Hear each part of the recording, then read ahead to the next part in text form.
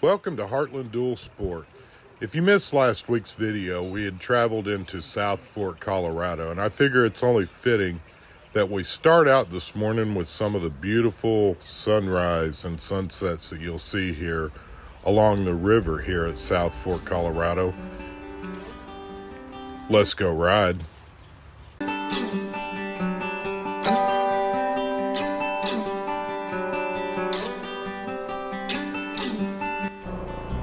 There's a couple of things that I want to point out, and if you haven't watched the very first video from this series, I mentioned that this trip was originally put together by my buddy, and he had asked me if I wanted to go to Colorado and New Mexico and go do some fly fishing with him. So immediately I'm like, yeah, that sounds like a lot of fun.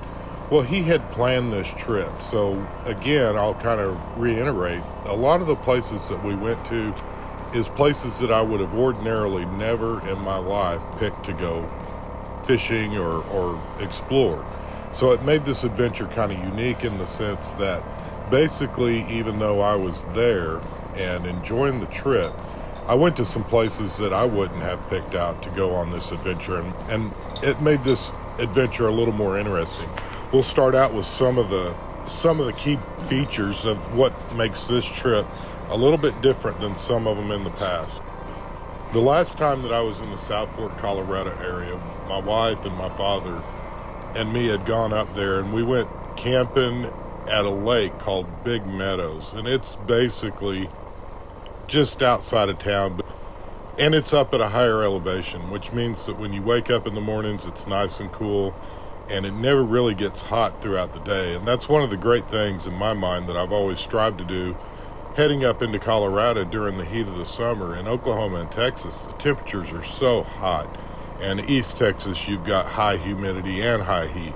So looking forward to heading up to South Fork was really something that I was truly excited about from the time I left East Texas, was looking forward to getting up there and getting into the cool air.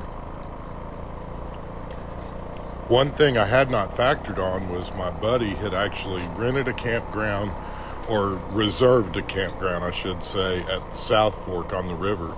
And that elevation there is not nearly as high as it is up at Big Meadows. So obviously in the afternoon, it was getting hot. I mean, it was getting up around 87 to 90 or whatever. So basically what that meant is it was going to limit my time riding, and I wasn't going to leave Buster at camp in the Jeep in the higher temperatures. I could have rode just fine. It was still cooler than it was back home, but I'm not going to leave him at camp in the Jeep locked up, even with this fan and water and everything that he has. It's just not fair to him to be locked up in the heat. So essentially what I did is I dedicated my mornings to go ride, and that's what you're seeing now, is you're seeing footage of more of the mountains and the picturesque scenery that we were able to go ride around and see prior to the day and it getting hot and warming up. We really, really had a good time.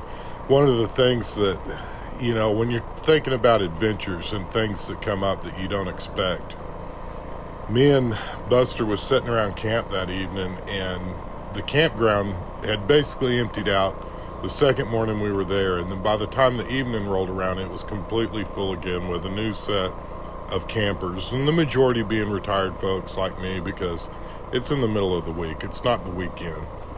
One of the things that I was really enjoyed, and it just something that you don't expect to ever happen, and it hit me by surprise, was we was sitting around camp that evening. We had already started a little fire and had it going. My buddy was down there fishing around the river, and unfortunately for us, when we arrived at camp the very first day, and I didn't mention this in the first video, one of the older guys that was there inside the office where you check in to get into the campground, he had told us that the fishing at the river was awful. He said that he'd been fishing there for a week. He said it was just not the right time to be fishing the river. He said basically if you wanted to catch fish, run up to Big Meadows, and that's one of the places that we've historically gone in the past as well. Like I mentioned earlier, it's a great place to go fishing. It's a great lake. If you guys ever get the opportunity to go up there to avoid the heat, if nothing else, and then all the fishing that you're going to catch, especially those fresh trout, is just going to be an added perk. And then you've got less stuff to carry because you can catch dinner. It's an amazing time. But back to this evening, like I say, the campground was filling back up. We got some new neighbors next to us, if you will, and they had actually mentioned earlier in the day that they were going to be making some tacos and some other stuff and invited us over if we wanted to come over and eat. But we had already had our dinner plans made, and we was going to be doing some steaks and some fried taters, and we already knew that we were going to be eating good. But I just thought it was very nice of them to even offer.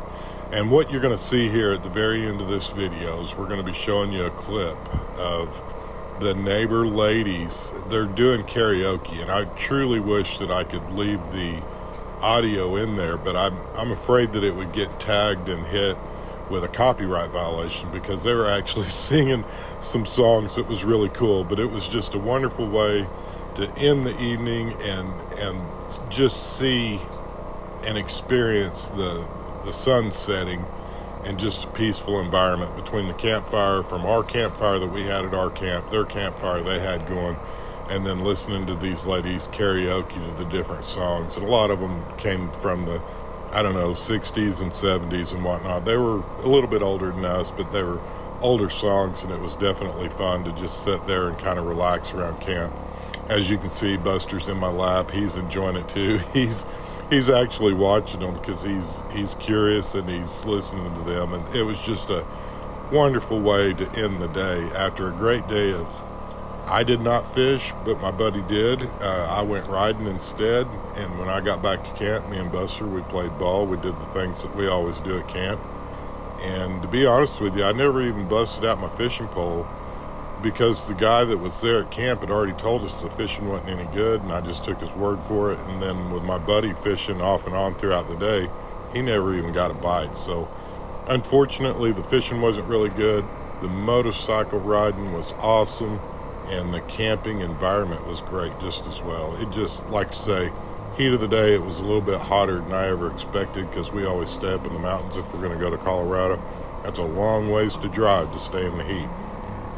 Again, if you like this video, be sure to give us a thumbs up. If you don't enjoy our video at all, give us a thumbs down and comment down below what it was you didn't like about the video. Occasionally we get comments from people who just didn't like the video at all, and it's always fun to read. As you guys may know, I'm trying to do this full time, and I'm trying to do the video edits and everything to the best of my abilities, and sometimes I fall short. And it is encouraging for you guys that do leave comments of encouragement. Thank you so much for that. And for the guys that are leaving me the constructive criticism, thank you for that as well, because I'm trying to learn, I'm trying to do better, and I'm trying to bring videos that you guys are going to be interested in watching and entertained as well. So again, we appreciate your likes, comments, and subscribes. May you all have a blessed week, and let's go ride.